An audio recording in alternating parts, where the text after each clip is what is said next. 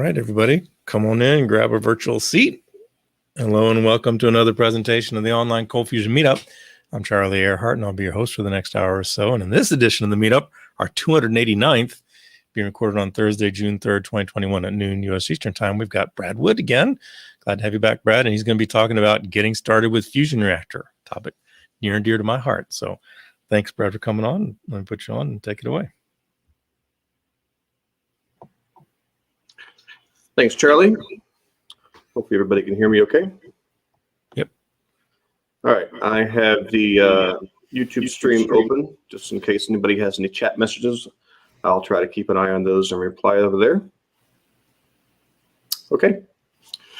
All right, so this is just a basic getting started with FusionReactor presentation. I offered to do this for Charlie because I've had quite a few clients recently that were needed to look into performance issues, and oftentimes they either had a FusionReactor license or they've had a FusionReactor license in the past, and they never really used it because they weren't sure just how to get some basic value out of it.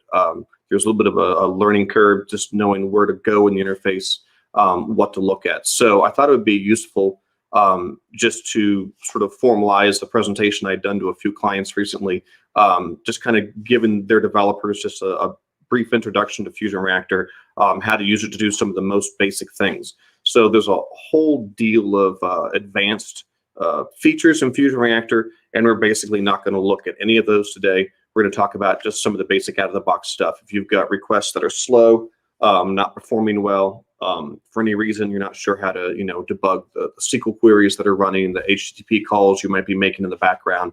I see a lot more of that with backend APIs. This was kind of be an overview that shows you how to do that. So I'm not going to cover installing FusionReactor. I do have a server that I've started up with CommandBox. And so since I'm using CommandBox, I'm using the FusionReactor module for CommandBox. And I have an open FusionReactor link right here at the bottom. So give me just a second. I'm going to close my Slack so it's not popping up messages on me. So this is the FusionReactor interface here. I believe when you come in, you'll probably see something like the home screen here.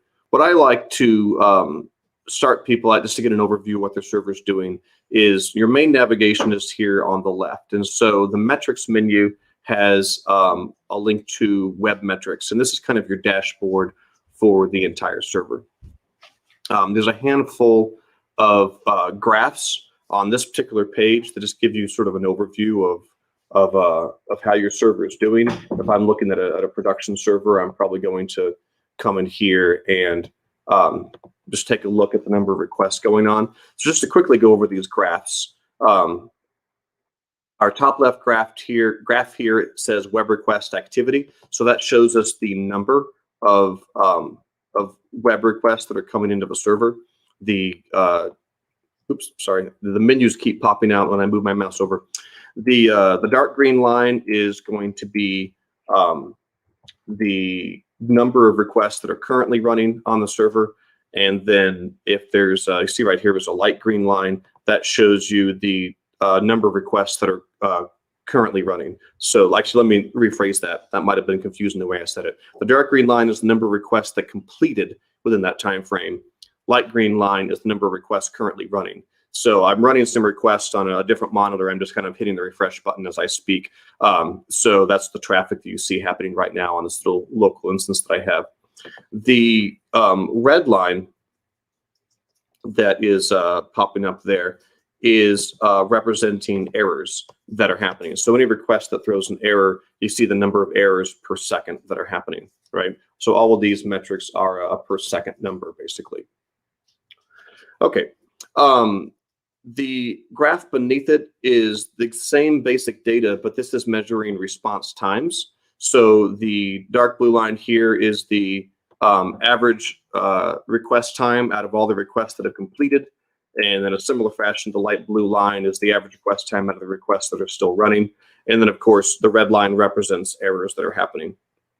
What's great is that on any of these graphs, you can hover over the title of the graph, like where it says web request activity. You can click on that, and that'll open it up in a full screen view right here. So our default view here is a scrolling 60-second window. So everything that's happened on our server in the last 60 seconds, which, as you can see, is just me mashing the F5 key here on one of my test pages to generate some traffic.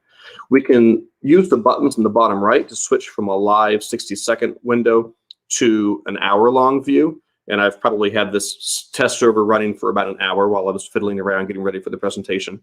And then we can zoom out to a 1-day view and a 1-week view. This data in this graph will only go back as far as the server has been running. So if you restart your server every night, you're not going to get any more data when you go in the 1-week view. It'll still only be the last, however many hours since you last restarted. So that is the one sort of limitation of these graphs that come off the dashboard here, is that they are the data held in memory since the server was last started. There's a really cool way to see data from previous days. I'll show that to you here in a little bit. There's also a couple other things we can do on these screens, because a lot of times you might come into work and there was a problem overnight and you want to be able to see what was happening at 6 o'clock in the morning or something a little bit more previous on this graph. So you can zoom in a couple different ways. We can actually click with our mouse and drag to a start and a stop time. And if you look carefully, you can see the top of the little kind of popover shows Thursday, June 3rd, 10:55, right? That's my local time. So when I release my mouse click, it'll zoom into that portion of the graph. So I can kind of hone in on a problem time, say what was happening at 10:52 while I was mashing the refresh button in my browser, right? Another way you can change where you're zoomed into is you can drag the handles on this little kind of timeline down at the bottom. I can drag the left handle around, I can drag the right handle around to choose my viewport, and I can also click and just drag this entire viewport left and right, so I can kind of zoom in on a day's worth of data and then scroll down it. So that's a really handy way to kind of just be able to zoom in at a specific time earlier in the day to see what happened. It is worth noting that the live times are, I don't know what the word is to use, but like this graph here has seconds on my my y-axis, right? Actually, no, sorry, these aren't seconds, these are number of requests per second. One thing to keep in mind is when you sort of zoom your data out to a 1-hour view or a 1-day view, you'll see the peaks get shorter. So in my 1-hour view, we have peaks that are going up to, almost 7.5 requests per second.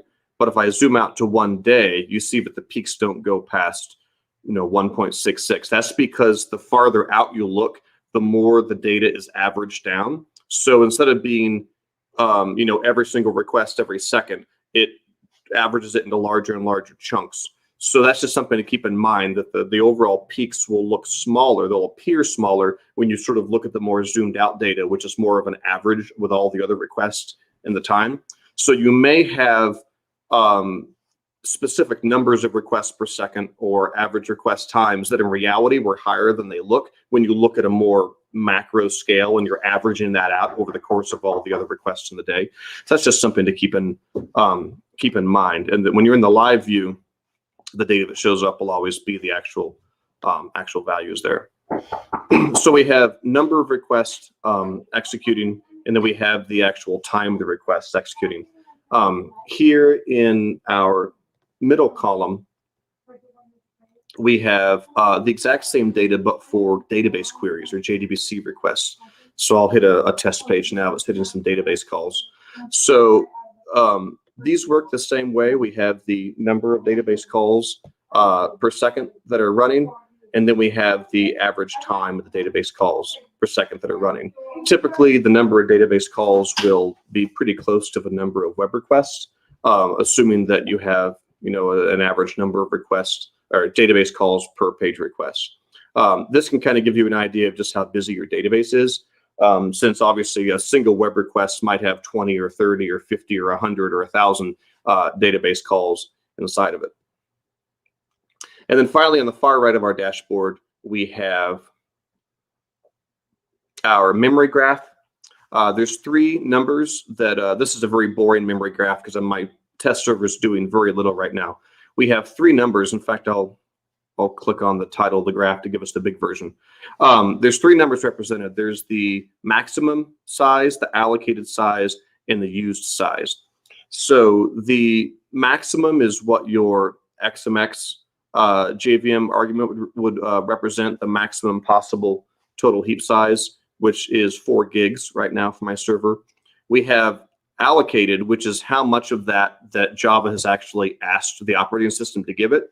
If you set your minimum and your maximum heap size to the same number, then the maximum and allocated numbers will always be the same in this graph, because as soon as Java starts up, it'll ask the operating system for all of its memory up front. It'll get it, and you'll always have the maximum allocated. In my case, I have a maximum heap size of 4 gigs, but you can see Java's only asked the operating system for 180 megs right now. That's my allocated size. And then our used size is how much of that actually has the memory being full of something. So I have 87 megabytes of actual used memory. So there's our memory overview. And of course, these graphs all have the exact same abilities to look at the hour or to look at the entire day or to look at the week. They all work the same in regards to how you can zoom in on them. And then our bottom right graph is our CPU usage. And this is pretty straightforward. There's 2 different things being graphed. The dark yellow line that says instance might not make a lot of sense, but that means how much CPU that Java is using, this specific Java instance is using. And then the light yellow line says system. So this is my overall Windows CPU usage. So if you come into here and you see, you look at your server and say, well, CPU usage is very high, it must be ColdFusion using the CPU. That's not necessarily the case. As you can see in my case right now, my system CPU is hovering around 10% or so, but my Lucy server that I have running is using less than 1% of CPU. And that would be because my screen share program is using, the majority of the CPU that's being used on my server. So if you have other programs running on your server, such as, FTP or a database or something like that, this will kind of help you see the difference between the CPU they may be using compared to the CPU that ColdFusion itself is using. So those are our overview graphs. The next 2 pages, so I want to dig into now, are very simple. There's under the requests menu, we have activity and we have history. So activity shows us what is happening right now. So if I fire off a page that should take a couple seconds to run, I hit the refresh button right here in the upper right corner, and I captured at this particular moment 2 running requests. So there's a decent amount of information in here, but it all kind of makes sense once you look at it. In our started column, we have when the request started. So June 3rd at 11:12, I'm in Central Time, US. You can also sort this interface based on any of these columns. So I can sort on time, which is how long the request has been running. So 669 milliseconds or 2700 milliseconds, which would be 2.7 seconds. I can click on the headers to sort it. Oop, that also refreshed the data. And of course, there are no pages running right now. So I guess I shouldn't have sorted those. There we go. So if you have a lot of requests that are currently running and you want to say what are the ones that have been running the longest right now, you can sort this page based on the longest being at the top or the longest being at the bottom. We have the URL that was hit here. So came from localhost and it was an HTTP GET. We have the application name, which is FR demo. The thread doesn't mean a great deal to us right now. The URL being hit is just localhost on a random port, and one request was hitting multiple.cfm, one request was hitting db.cfm. And we have a series of buttons here. I only use about half of these buttons for the most common scenarios. The most common button right here is the book icon, as I call it, which is your details of the request. And so even though this request is already finished, it only ran for 6 seconds, I can still click on the book. FusionReactor will hold the last about, I think, 100 requests in memory. So it won't keep the details about a request forever, because otherwise it would consume quite a bit of memory to do that. But if you have a server that doesn't have a ton of traffic, if the request is already finished, you can probably still come in and see the details on what it was doing. The same basic screen to kind of go along with activity would be history. So the activity screen shows you what's running right now, this second, and the history screen shows you what's everything that just finished running. And this page, again, only has, I believe, 100 of the last request that it captures.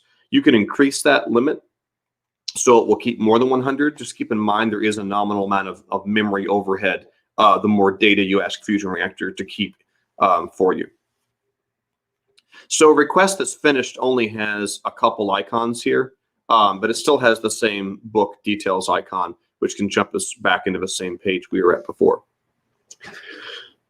So the top of this page has the same basic information that we saw on the previous screen, except for the time at this point, since we're looking at a finished request, this would be the total amount of time the request took, whereas the running page would be the time up till now, but that may be longer before it finishes.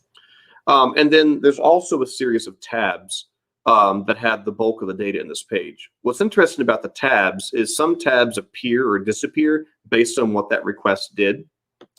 So some requests have a lot more tabs. This request threw an error. This request also ran for 6 seconds, and it also ran database calls. So there's an error details tab, there's an event snapshot tab because of the error, there's a profiler tab because it took 6 seconds, there's a relations tab because it had database calls it was making, but a very simple request. If I go and look at just my little home page, which has really nothing on it, you can see that there's not nearly as many tabs here. So if you're looking for a tab that's not there, basically they don't show up when there's no data to be inside of them. That's just kind of the rule of thumb there. So let's work through a couple of the basic tabs, and then I'll introduce this sort of very simple sample app that I had that we can use to look at some real examples of pulling data out of a request. Our main tab here has oodles of information about the request, and I'll be really honest with you, I never look at 90% of this. It's interesting, it's there. I mean, you can see how much memory the request was using, all sorts of stuff. All I usually care about on this page, outside of maybe the status code, right? Status code 200, or possibly the date that it ran. Generally, the only thing I really care about on this page is our JDBC section. I'll usually glance here right off the bat, and if I have a page that ran for a long amount of time, I'll right off the bat, I'll say, okay, were there database calls inside of that page? And if so, how long did they run for? This particular page, number of queries is 0. So I know there were no database calls on this page. Of course, this page also only took 2 milliseconds. So this wouldn't be a very good example of a page that was slow. If I were to look at a page that actually ran a database call, under a JDBC section, we see number of queries says 2. So I can say, okay, there were 2 queries that ran on this page, and this page total time was 3 seconds, or 3,000 milliseconds.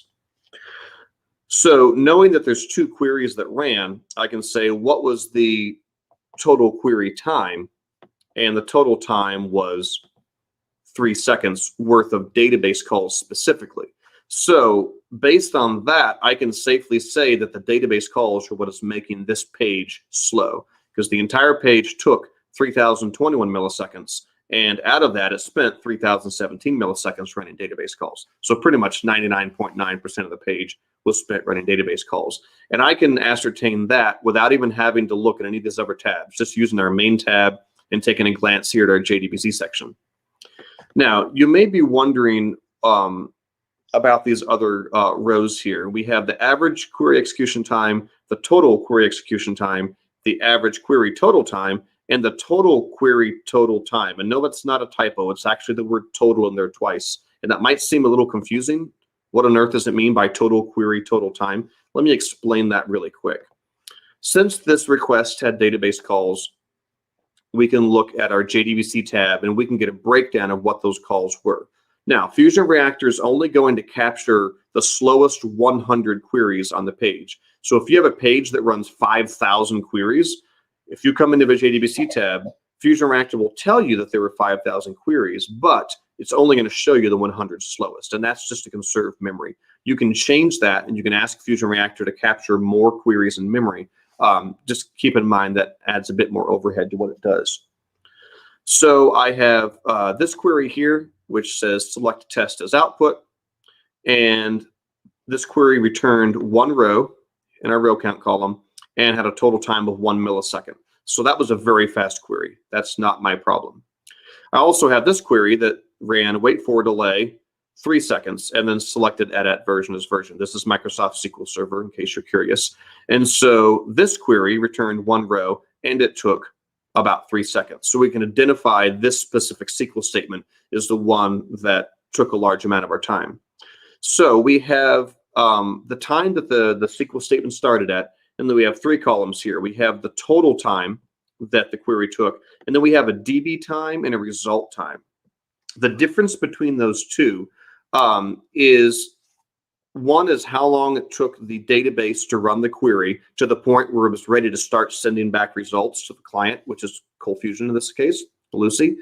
The result time is how long it took to transfer those results from the database server to your ColdFusion server. So imagine if you did select star from a table with 1 million records, right? So you have 1 million rows coming back from the database. That SQL statement may run relatively quickly, but that might be, 25 megabytes worth of data that has to be transferred. So the DB time might be fast on that particular query, but the result time might be slow, meaning the database did its job pretty quickly, but it took a long time to transfer all that data into the memory of the ColdFusion server. So the total time is the sum total of how long did the database take to begin returning data, and then how long did it take to actually get that data back. In our case, the result times are basically 0 because I'm running against a local database and I'm running a query that returns a very small amount of information. But this is why this column is called the total time, because it's the total of what the database took plus the network overhead. So at the bottom, we have totals that encapsulate all of the queries run on the page. So I had one query total time that took 3,000 milliseconds, another query total time that took 1 millisecond. So the total of those totals, if you will, was our 3,017 milliseconds. And that's why in our main tab, we had the total query total time. So out of all the total times for the queries, we total those. So that explains why that sounds a bit redundant, but that's what that means when it calls it that. And this is the number that I care the most about, which is what was the grand total of all the queries that ran summed up into one big number. How long did that take? So since we've already basically looked at that request to see what was slow on it, let me show you. Here's my little demo page. I am not a front-end designer. I'm sorry. This is what web pages look when I make them. So here's our database call page that we've been investigating for the past few minutes. And if I click on it, you see it took about 3 seconds to load. And then we have my version of SQL Server that was output. So to take a quick look at the code,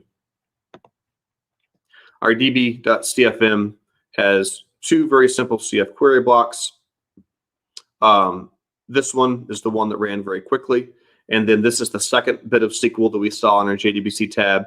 Obviously, this wait for delay is the equivalent of sleep in SQL Server. So I'm just telling SQL to sleep for 3 seconds, which obviously is why it took 3 seconds to run. And then I output my result. So this is a fairly simple example, since the FusionReactor does a very good job of capturing the Jdbc details. There's a couple of other things I want to point out here. There's also a relations tab, and the database calls are actually tracked as their own separate transaction. So FusionReactor is a generic tool that'll track all sorts of transactions. Web requests are just one type of transaction that'll track. A lot of times we sort of think that everything revolves around web requests. And to an extent on a web server, they sort of do. But a database call is also a transaction. It has a start time, it has an end time, it has details about it. Even an HTTP call, like with a CF-HTTP tag, is also a transaction of its own. It has its own start time, its own end time, its own details. And FusionReactor tracks these all individually. This request menu is specific to web request. So if I look at my request history, I'm only going to see transactions that are incoming HTTP requests to my server. But there's also a transactions menu down here that is similar to the request menu, but it's a bit more generic. And then it will show you all types of transactions. If I look at my transaction history, we can see that there are some different types of transactions we can filter on. And if I change this to be all transactions, we see that my SQL statements show up as their own dedicated type of transaction right here along with the database queries. So FusionReactor tracks the database calls as their own transaction. In fact, I can click into the details and I can see all the details on my database call. And then FusionReactor associates the related transactions. So if there's a web page that runs 5 database calls and a couple CFHTTP calls, that's 5 plus 2 plus 1. So that's going to be 8 separate transactions. But FusionReactor relates them all together because they're all part of one web page. And so that's what our Relations tab is showing us. If I go back to my DB page, I click on the details, and I click on Relations, this tab shows up when there's other nested transactions that happened as part of this overall page. And one of the things that I like the most about this interface here, this is a very simple example, but we have 2 blue bars here that represent the timeline of when the overall request started and when the overall request ended. And then nested under it, we have the JDBC requests. And you can see when they started and when they ended. And in this particular case, it's a little boring because I really had one database call that took up 99% of the overall web request. But you can see that this blue bar here by JDBC request spans almost the entire length of our web request. So we get a quick and easy visual representation of all the things happening inside of the page that were tracked as their own separate transactions and where and how they were spaced out in the context of our overall request. And then if we scroll down to the bottom, we can see a list of these sub-transactions as well, which are 2 database calls. So the Relations tab is a very handy way to see the what sort of things your page is doing inside of itself. Let's jump ahead to our CFHTTP example, just since I'm talking about sub-transactions. So let me load my CFHTTP example, and let's take a quick look at the code. It is just as simple as the previous page. So we have a couple CFHTTP calls. One hits my home page, which is a very fast page. And then one of these CFHTTP calls hits my db.cfm page, which we already know takes 3 seconds to run, right? So I know that this CFHTTP call is going to take about 3 seconds in order to get its result back. And then just for funsies, I'm outputting the status code of that second page. So this is what we see when we run the page. 200 OK was our status code. So if we go to requests and history, let's see here. All right, we can see our cfhtp.cfm page, and it took about 3 seconds to run. What's actually interesting is if you click this clear history button, it'll clear out all that history. And if I run this again, we can actually sort of see it without the clutter of all my previous tests. When I come back in and hit refresh, one of my favorite features about these screens is you see where it says none in this drop down. You can change this page to automatically refresh. So every 1 second, every 2 seconds, every 5 seconds. Anytime you navigate away from these screens and back, these will always go back to none. Which is a little annoying to me, but you can always just change it to auto refresh. That can be handy if you just want to kind of watch requests come in. So we'll see that even though I only hit refresh on one browser page, there's actually 4 separate transactions that FusionReactor tracked. Now, one of them doesn't quite count. It's our favicon, and that's just something my Chrome web browser automatically requests for occasionally. And that's what gives me my cute little Ortus swirl here. So this is just something Chrome did. We'll ignore the favicon. The overall request I hit in my browser was cfhtp.cfm, but we also see those CFHTTP calls triggered a request to the home page and a request to db.cfm. So these have all been tracked by FusionReactor. So if I go into my CFHTP The JDBC tab is empty because there's no database calls made directly as part of this request. But if I go to my Relations tab, now we have two different types of sub requests, and the CFHTTP and the HTTP client are basically the same thing. Since FusionReactor is a tool that can be used for any sort of generic Java application that doesn't have to be ColdFusion, FusionReactor will automatically track the underlying HTTP client, the Java client that ColdFusion uses, in this case, Lucy server. So it tracks that separately, but for our practical intents and purposes, the CFHTTP transaction is the one we care about.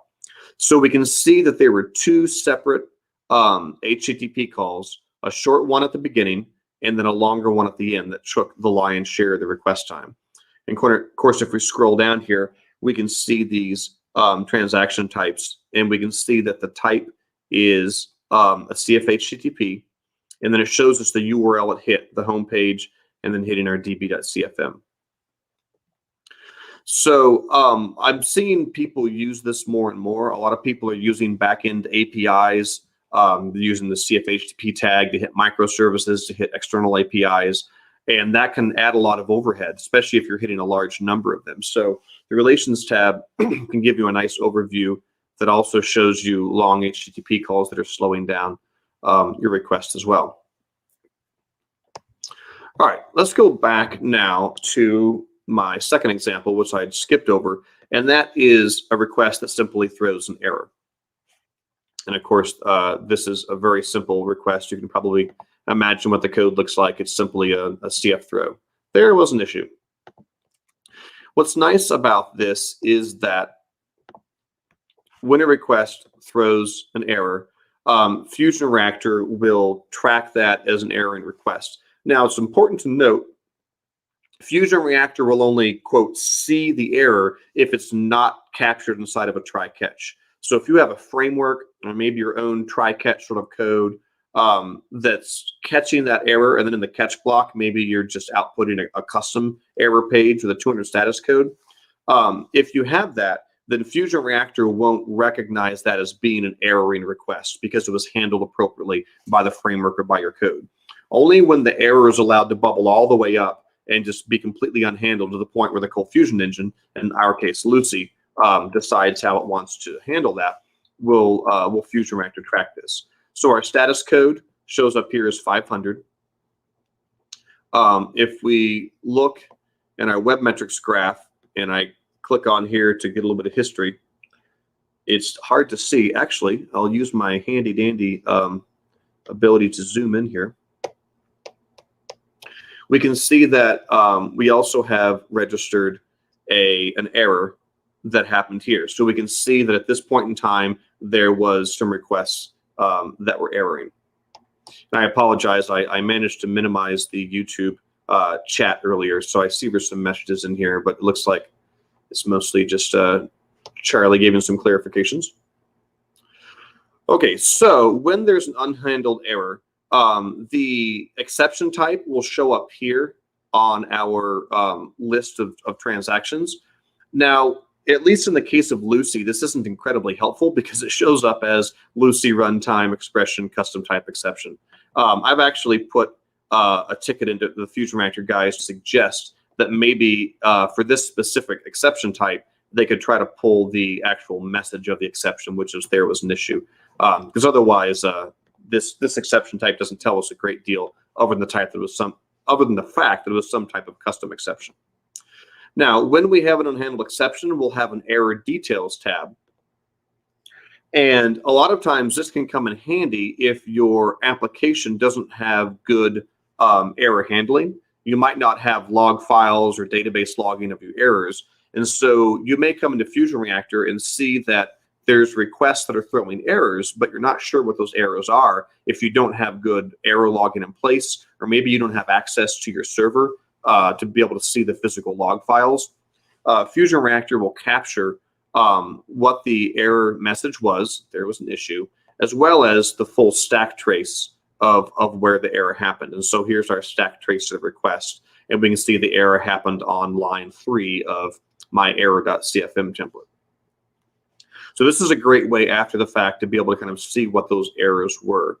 Additionally, I've been using this request history, but like I mentioned, the request history will only keep the last 100 requests. So on a busy production server, an error in your request that happened 10 minutes ago may already be flushed out of the history. But there is an error history page in here, and this will keep the last 100 requests that specifically had an error on them. So if you can see what there's errors happening on a few requests, but it's hard to capture those in the request history because you have a lot of churn going on, you can use this error history page that filters down, and it'll keep the last 100 erroring pages. And of course, you can come in, you can click into the details, and you can look in the error details, and you can see the details on that. Okay. Hopefully that all makes pretty good sense. Now I have a little bit more complicated example called multiple that just sort of does a bunch of things all at once, which is a bit more realistic, I think, for an application that's doing a lot of work. Here on my multiple page, I have a couple CF queries. I have basically a sleep for 1 second. I have a very fast query. I have a ColdFusion sleep for a second. I hit our db.cfm, which we know will take 3 seconds. I sleep for another second. I hit our home page, which should be pretty fast, and then I throw an exception. So there's all sorts of stuff going on in this example here. So here's the output of the page, which is basically our error that we threw at the end. And if we come look in history, we have our multiple.cfm, and we see it took 6 seconds to run, and it shows that there was an unhandled error that happened. So in our details, if we're going to say, why did this page take 6 seconds, we can look at our Jdbc tab, and we see our total number of queries was about 1 second. So that explains a portion of the page, but we still have 5 seconds of unaccounted for time that we can't blame on the database. Because if you don't manage the database, it might be kind of convenient for you to be able to call up your DBA and say, hey, your database queries are slow, fix them, right? But in this case, we can only blame about 1 second worth on the database. So we have the Jdbc tab, which gives us the details of all of our queries. And we can come in here and see our wait for delay 1 second. So we know that explains why that took 1 second. We also have our relations tab, which now is kind of fun because it's showing us the overall web request, 6 seconds worth. We can see a 1 second database call at the beginning. And then we have kind of a gap here of unexplained time, about a second worth of unexplained time. Then we have a 3 second HTTP call, right, which consumed this portion of the request. So that explains another 3 seconds worth of our page. Then we have a second of unexplained time. We're not sure what's happening. And then we have another very quick JDBC call here at the end, a little tiny thin line at the end. So this gives us a nice overview of what was happening and where at in the request it was happening. So we know that we spent 3 seconds waiting on database calls. And we also have these total durations right here, which is basically what I'm saying. So we had 2 HTTP calls totaling about 3 seconds. And then we had 2 database calls totaling about 1 second. So that gives us an overview. That accounts for 4 seconds out of our 6 second request. But we still have 2 missing seconds that we're not sure what our request was doing during those times. And this is where our profiler can come in handy. So this request ran long enough, which is more than 3 seconds, and that caused our profiler to kick in. And there's a couple ways you can tell when the profiler is kicked in. Back on the request history, there's a profiler link that shows up under the URL right here. And you can click directly on that, or you can just click in the details and come to the profiler tab. All roads lead to Rome.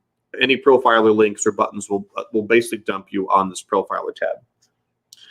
So the profiler is gold when it comes to trying to figure out what a request did after it's already finished. If there's chunks of the request that wasn't a database call and it wasn't an HTTP call, which are transactions that FusionReactor will track, but there is something else the request did, something slow or a loop or something that it was doing, and we're not sure what it was, the profiler will help us to determine that. So before I talk about what the profiler means, I want to show you the stack trace feature. So I'm going to come in and I'm going to go to our running request, which there's nothing running right now. I'll set it to refresh every second.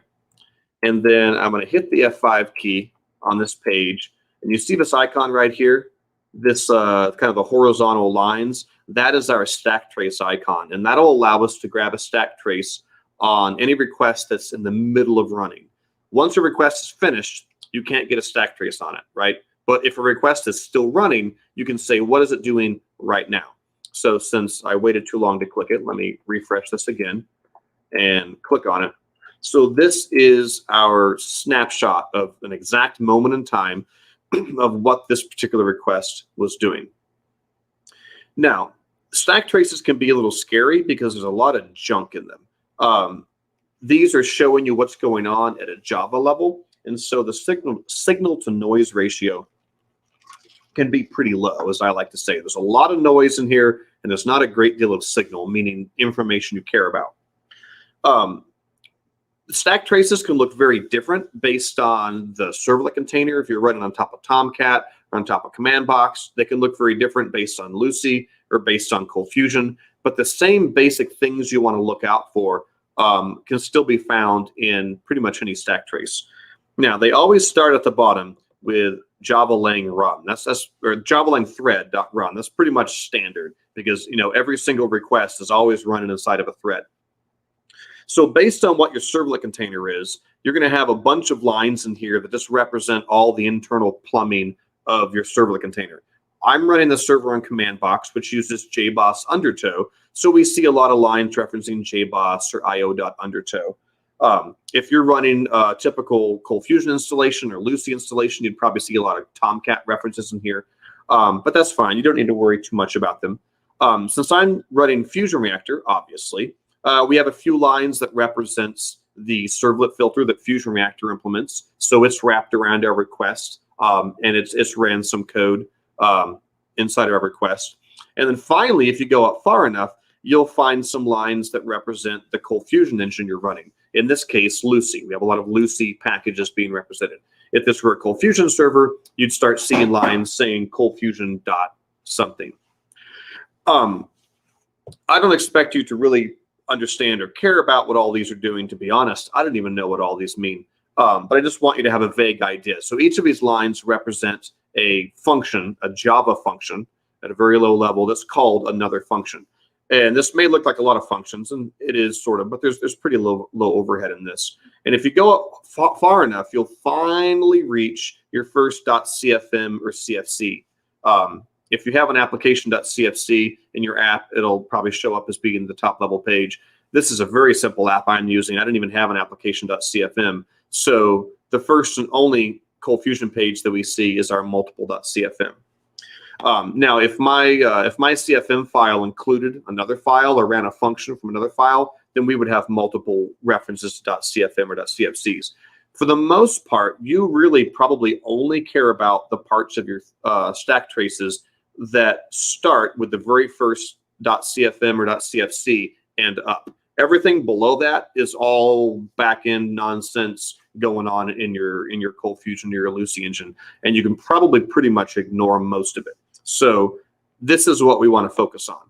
So in this particular exact snapshot, we captured multiple.cfm was the file, and we were on line 13. So our syntax is always the name of the file and then a colon and then the line number. And hopefully you have the code available to you when you're troubleshooting things. So on line 13 of this file, I have sleep 1000. And of course, this makes perfect sense because behind the scenes, we see Lucy function sleep is being called, and then an actual Java-lang thread sleep is our very top method. So that the topmost line in our stack trace is the latest, most specific thing that the Java thread was doing at the time that we captured it. So I can say, when I ran this thread dump, or stack trace, this particular page was sleeping. If it's a long enough running page, you can use the refresh button up here in the top right, and you can say, okay, what's it doing now? What's it doing now? You have to keep in mind that just because you pull a stack trace on a running page and you see it doing X, Y, Z, that doesn't necessarily mean that that was the slowest thing the page was doing. That's just what you happen to catch it doing. So you have to sort of take in a lot of data, in my opinion, and look for patterns, look for repeated things. Just because I see this page sleeping doesn't mean that it spent the majority of the time sleeping. It just means that it spent at least some time sleeping. So if the page runs long enough, sometimes pages run so quickly, you don't really have a chance to look at it. And that's where the profiler can really come in handy. This page takes 6 seconds. So that's kind of quick enough if we're really fast. So if I come back and I rerun this page, I jump into a stack trace, I can just kind of hit the refresh button. So object wait, thread sleep. Okay, so I was able to hit the refresh button about 4 times before that page, the 6 seconds were up and the page was done. So 2 of the times I caught it doing an object wait on a CFHTP call, and 1 of the times I caught it doing a thread sleep. So I can kind of get a vague idea. I know some time was spent doing CFHTP stuff. I know some time was spent doing sleep, but it's really hard to get a holistic view of what's going on by just jumping into a request, especially a small request, and hitting refresh on this button. And this is precisely where the request profiler comes in so handy. What the request profiler does is, once your request is run long enough that it triggers the profile, i.e. this page has been slow enough, we should probably take a closer look, the profiler kicks in automatically and it starts taking stack traces of the request. In fact, let me show you the profiler settings. That's a little stopwatch down here in settings. So we have our minimum transaction time, which is once the request is run for at least this long, start profiling it. And it's set to 3,000 milliseconds or 3 seconds. So once the request is run longer than 3 seconds, the profiler is going to, turn on its little goggle. The little eye of Sauron is going to zoom over and be like, oops, we have something we need to pay attention to. I'm going to start profiling this guy, right? Then we have the profiler sample rate, which is 200 milliseconds. So every 200 milliseconds, the profiler is going to start taking stack traces of our request. So that's 5 times a second, right? So it's like stack. So the entire time it's running, it's just taking stack traces, possibly by the dozens, maybe the hundreds. And then our third number is the maximum profile duration, and that's set to 60 seconds. So the profiler is going to give up after 60 seconds because FusionReactor doesn't want to bog down a server that's already running slowly, so it has limitations to just how long it'll keep looking.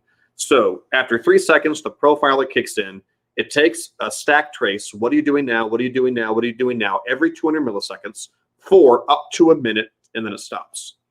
So if we go look now with this in mind at our multiple.cfm, this guy took 6 seconds to run.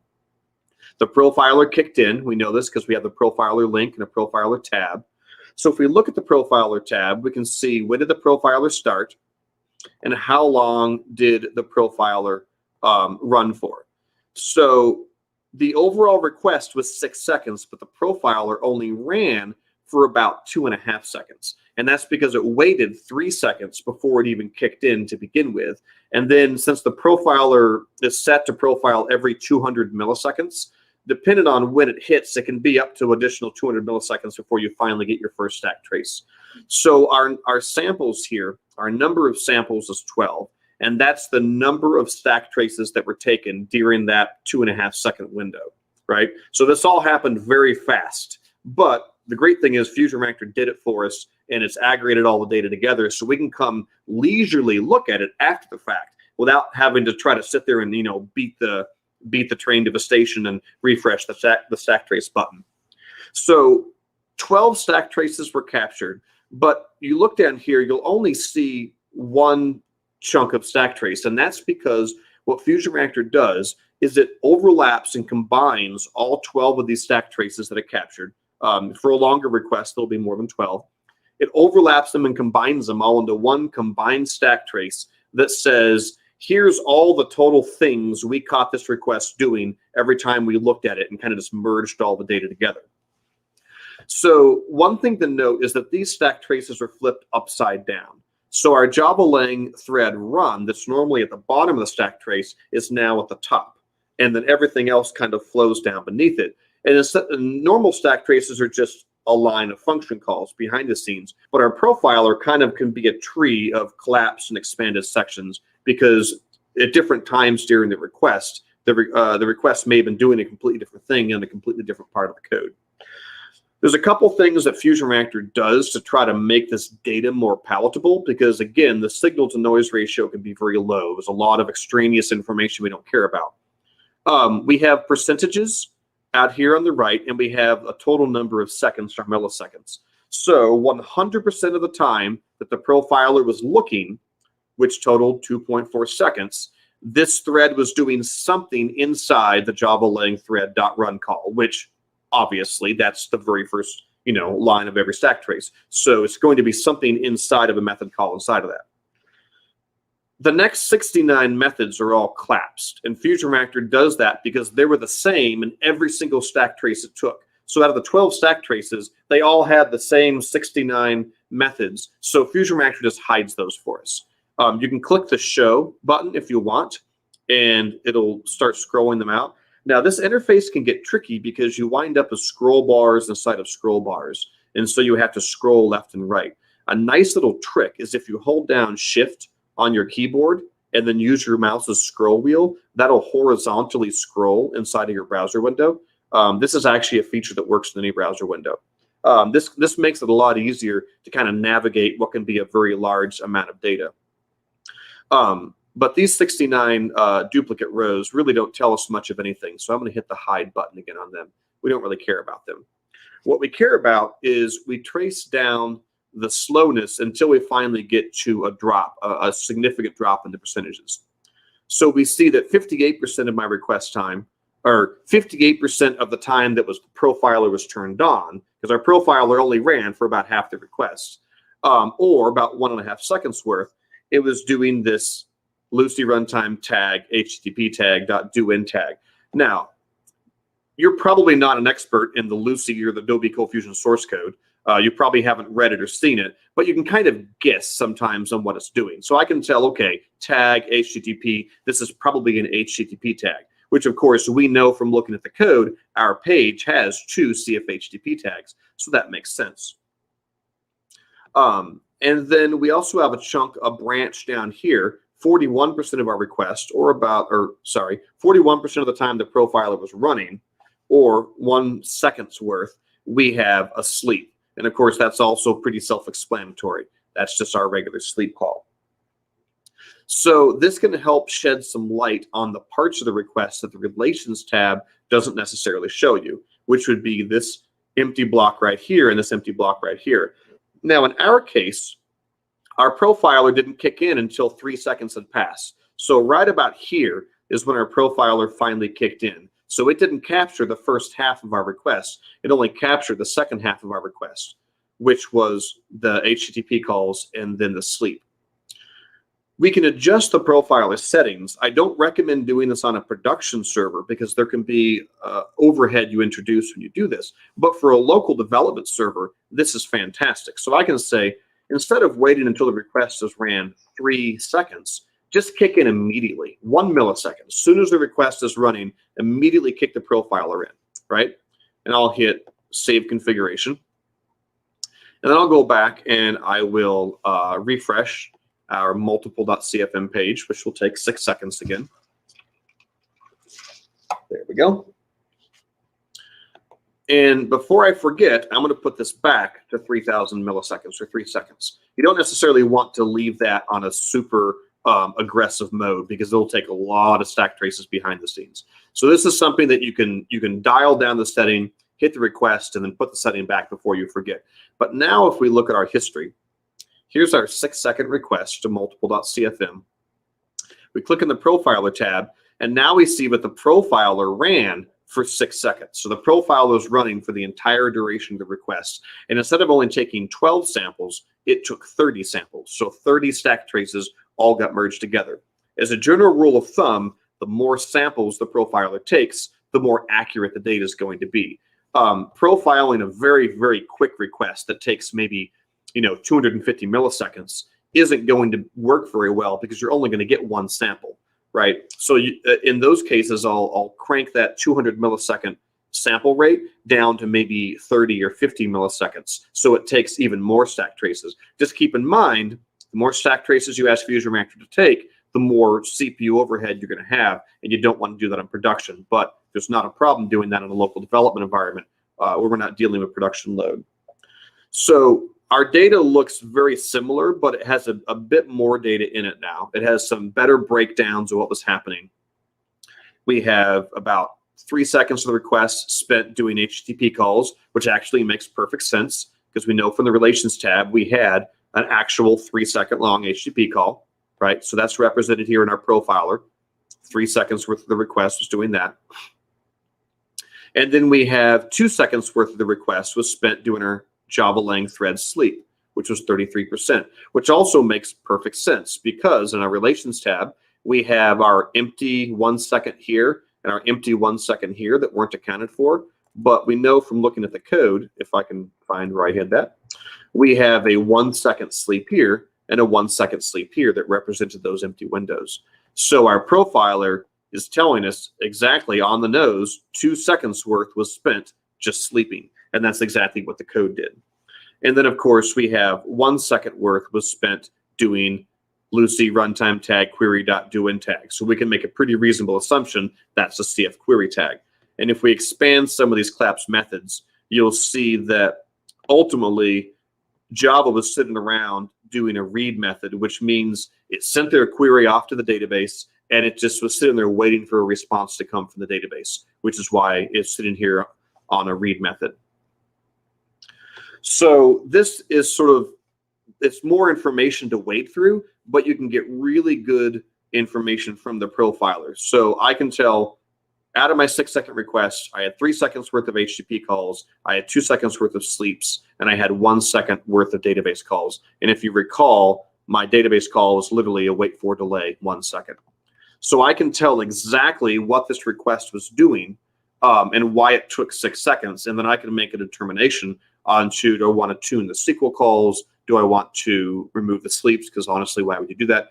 Or do I want to, tune the HTTP calls to, maybe make those a little bit faster? But I definitely recommend you playing with the profiler. I know that it can be the scariest as far as making sense of this. This profiler looks pretty tame compared to what the profiler would show you on maybe a cold box application or just any complex web application that's making a lot of calls to a lot of functions. Because oftentimes you probably don't have 1 or 2 really slow things. You might have a lot of little sort of slow things that kind of add up. And this can kind of help you, track down what is it that's taking the most amount of time. But you just have to kind of stare at it long enough and get used to making sense of what the pieces of it mean in order to be able to get value out of it. But it's definitely worth doing. All right, I have one more simple example, and I'll bring us up to the hour and I'll be done. And that's our redirect. Actually, let me go into my history and let me clear the history just so we can get a nice clean slate. So the redirect redirects me back to the home page, which is why it just dumps me back here again. So if I hit refresh on my history, we can see there were 2 requests, 2 HTTP requests. One was redirect.cfm, which took 1 second. And then the other one was the home page when it redirected the browser back to the home page. There's a couple things I wanted to point out. We have the status code that shows up here. So we have a 302 status code. That's a temporary redirect. There's a nice little trick you can do anytime you're looking at a request that has a redirect, because it's not always easy sometimes to debug these from the browser's perspective. One of the tabs I have not looked at here is headers. There's also a cookies tab I haven't looked at, but you can imagine what it does. It's literally all the cookies from the browser. The headers tab has sort of 2 columns here. We have the request headers, so the headers that my browser sent the server, and then we have the response headers, which are the headers the server sent the browser, right? Anytime you have a request with a 301 or a 302 status code, there's always going to be a response header called location. That's just how the internet works. So if you want to sort of be able to debug where was it that my request redirected to, because it might not have been a redirection to one of your pages. It could have been a redirection to a third-party site. we can come in and look at our location header, and we can see that it took me to localhost, just hitting the home page, which is exactly what happened. So there's just oodles of information oozing out of every corner of FusionReactor. And for everything I've shown you today, there's 10 or 15 things that I'm not even bothering to show you because I don't want to overwhelm you with information. But those are probably the most common, most basic things. One final thing that I hinted at earlier and I didn't show you, I talked to you about how these live graphs, you can click on and you can get live 1 hour, 1 day. And I mentioned that these only store data in memory since you last restarted your server. I told you there was a way to see data from previous days since a restart, and that would be the archived metrics feature. So this is under the metrics main menu, and it's called archived metrics. And this is super duper duper handy if your server went down last night or yesterday and you have a job that kicks in and restarts it. So you come into work in the morning and you pull up FusionReactor and you want to see what the problem was, but all of the graphs in FusionReactor don't show any of that data because they only keep data in memory from the last server restart.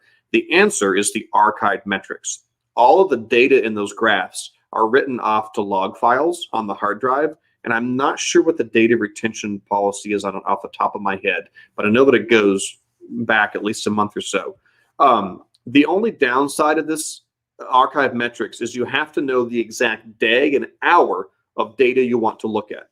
So you can come in, you can dial in the day you want to look at. I've only had the server started for 1 day. Okay, Charlie says it keeps it for 30 days. Perfect. And then you can come in and you can click on the hours. So it's going to be 9 o'clock to 10 o'clock, 10 o'clock to 11 o'clock, 11 o'clock to 12 o'clock, right? Kind of 1 hour blocks in here. So if you know that the server had a problem, you know, last night at 5:15 a.m. in the morning, and then it was restarted by somebody, you can come in, you can dial in that date, dial in that time, and you can see all of those graphs of what was happening. And what's nice about this interface is we can check the box on a couple of these graphs, like our, let's do our average request runtime and my CPU. And you click the compare selected button up here. This will zoom in on just these graphs. And then we can do the same sort of little zoom features that we do in those other graphs, where we can drag the slider around in our timeline. Oops, I missed. We can drag the slider around and we can kind of zoom in and focus on a problem error area that happened maybe at a certain time. And we can compare what was the memory at that time, what was the CPU at that time, what was the number of requests at that time. We can look for, you know, related data between those two. And of course, the reset selected will get us back out to this main screen. So this captures all the memory and the request counts. We have also a request log, which captures every single request that came into the server inside of that hour. And this can be a lot of data on a production server, right? And every request has 2 lines in here, when the request started and when the request ended, which can make it a little bit even more confusing. So request ID 305 started executing at this time, finished executing at that time. This can be super handy if you don't have quick access to like IIS logs or Apache logs.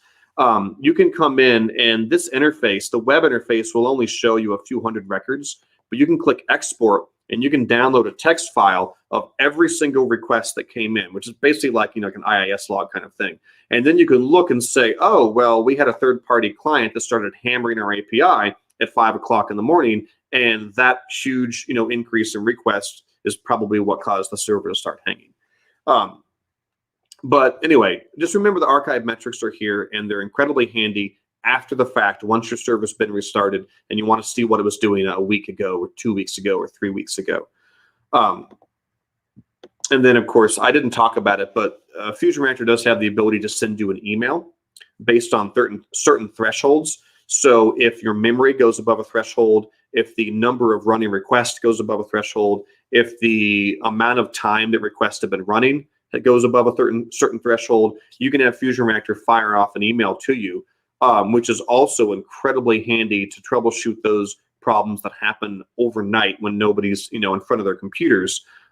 you can have an email waiting for you in your inbox that says there were 200 requests that backed up at this time in the night. And here is a full thread dump of what everything on the server was doing. Here's all the running requests, all the running SQL queries. Here's the memory usage. Here's the CPU usage. And even though the server may have already been restarted and gone, those emails are very handy to be able to tell what was happening that previous night.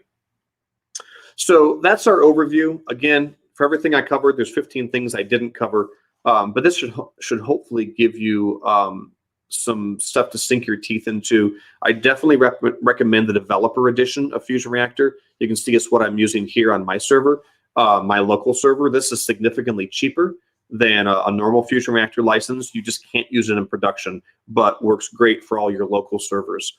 But unless there's any more questions in the chat, I'll wait just a couple minutes for that. That's all the content that I have today. In case you want to play with it, I do have the source code for this sample app on GitHub, but it's incredibly simple. I'm sure you can probably recreate it on your own if you'd like. Awesome. Thank you, sir. And let's see if there's any questions. I can tell you that I've been watching the whole time. There haven't been any yet. So folks, Okay. If you have them, go ahead and share them. And I've shared those little tips along the way. Didn't want to interrupt Brad because I knew he had lots to cover and didn't want him to be held up by me. Hey, but while we're waiting, oh, that's somebody on your end. Okay. While you're waiting, I want to share, if folks want to dive in more, of course, the FusionReactor website has lots of resources, and everybody should check those out. But in particular, if you go to their support area and to their videos area, there's a button for webinars, and I've just posted the link for that.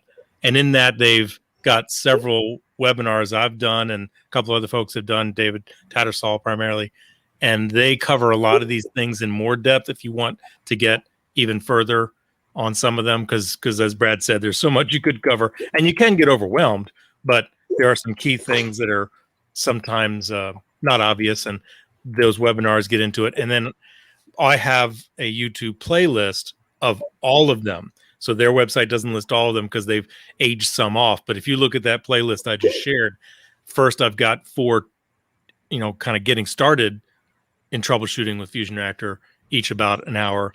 And I know you may say, come on, an hour for getting started. But as you saw with Brad, he just did a kind of quick overview of some key things. There's a bunch of key things he didn't mention. I was really tempted to jump in. I thought, no, he's only got an hour. You got to keep it at that. So check out those videos and their website for more. There was a comment from Adrian.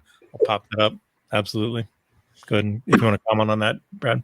Yeah, Adrian just pointed out that there's a cloud UI that aggregates data across multiple servers, and it's absolutely fantastic. If you have multiple, if you're using Docker or just multiple servers load balanced together, FusionReactor has a couple things. They have a cloud-based licensing where you can pay by the minute or by the hour for what you use. So if you have servers you spin up and you spin down, and then the cloud FusionReactor sends all the data to a centralized server, and you can go get aggregated data across your applications, which can be across multiple physical servers or Docker containers. And it's the same data that we've been looking at here, but just a bit more high level. They strip out some of the noise and they focus in on the long request, on the erroring requests. And it's really great to get overview data of your applications from a cloud interface. So, especially with lots of instances or containers. And I'll just throw out that webinar link that I shared just a moment ago. Just last week, David Tattersall did a webinar on FusionReactor Cloud. So yeah, that's a whole another world of possibility. And just to be clear for folks who don't know, that's in addition to everything Brad's shown you. So when you implement FusionReactor, you get what Brad showed you. If you get Enterprise or Ultimate, then you can optionally, for no extra cost, have this cloud-based addition to it. So it wouldn't change anything he showed you. It's just addition to it. Hey, while we're waiting, in case there's any other one, just wanted to show something that I was thinking, man, I love showing this. It always blows people away. If you look at the transactions on the left and pick like slow transactions. Oh yeah, I didn't even talk about those. Sure. And so there's slow requests and slow transactions and slow JDBC that are all really awesome.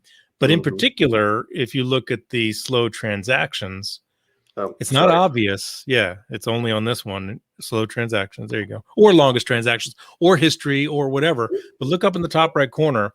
This looks like it's just requests. But if you look up there, that root transactions, look, there's CF HTTP. So if he clicks that, it's only going to show what CF HTTPs were slow. I guess he had none that were more than 3 seconds. But if you look at transactions history, for example, then change it to CF-HTTP, you'll see the CF-HTTP calls that were done, which is pretty cool. Now, there's 3-second ones. They should have shown up because I thought it was slow being 3 seconds, but it might be honoring the 8 seconds, which is what it is for requests. But anyway, isn't that pretty cool to be able to look at what CF-HTTP calls have happened? This is the 100 most recent by default.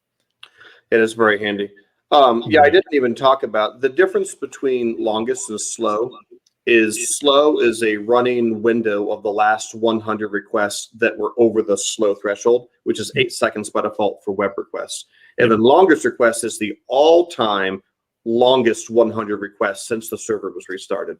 And those are very handy just to kind of log into your server and see some of the stuff you might not even know is happening, but you can scroll down that page and go, oh, wow, I didn't realize it, but this particular API call regularly takes 10 to 15 seconds. We should take a look into that. And then, of course, you'll have, the profiler data will be attached to that. You'll have the JDBC data, so you can dig into each of those and see why they are slow. Good point. You bet. And I also suspect the FR guys, if they were here, they'd be thinking, oh, what about this? What about that? We just can't show everything. So check out those webinars. They cover in a lot more detail. And then just check it out yourself. It's a free 14-day trial, by the way. And you can implement it, on a production server. Brad didn't make that point, but I want to put that out there. This is not just a tool for development. He's using it for development. It's great for development, but it is absolutely meant to be used in production as well. I help people use it every day, troubleshooting problems. And I don't say that I tell everybody who has a problem to implement FusionReactor to solve it, but I can tell you that most of the time, if they don't have anything, it will be the most quickly implemented and easily and less impactful of any monitoring solution that's available, even Java ones. And it just does some things that nothing else does. It does some things that others do, granted, but there's just so much about it that most people, once they understand these fundamentals that Brad shared, it's like shining a light into a black box. The world just opens up to you, and you never dreamed you could have insights into what's going on in your applications. It's an awesome tool. Love it. Love it. So thank you again, Brad. All right. Well, it's been, unless you have anything you might want to close out with, it doesn't look like there's any outstanding questions or comments. I only have about 8 more hours worth of features I could cover, but exactly. We should do a FusionReactor show sometime. All right. A series, maybe. But again, check out those webinars. That's what they were. And I did those over the past 3 to 4 years, and much of it hasn't changed. So if you're into this stuff, check those out. And perhaps we will do some more FR presentations here on the meetup. I'd been torn over the years about doing it because I'd done them for their site. I was kind of feeling like people wouldn't want this to become the FusionReactor show, but the audience is here. People enjoy these talks. And again, let me remind, if any of you listening, if you'd like to give a talk on any topic at all tangentially related to CF or Lucy, you're welcome to give it. We'd love to hear from you. Just reach out via the ColdFusionMeetup.com.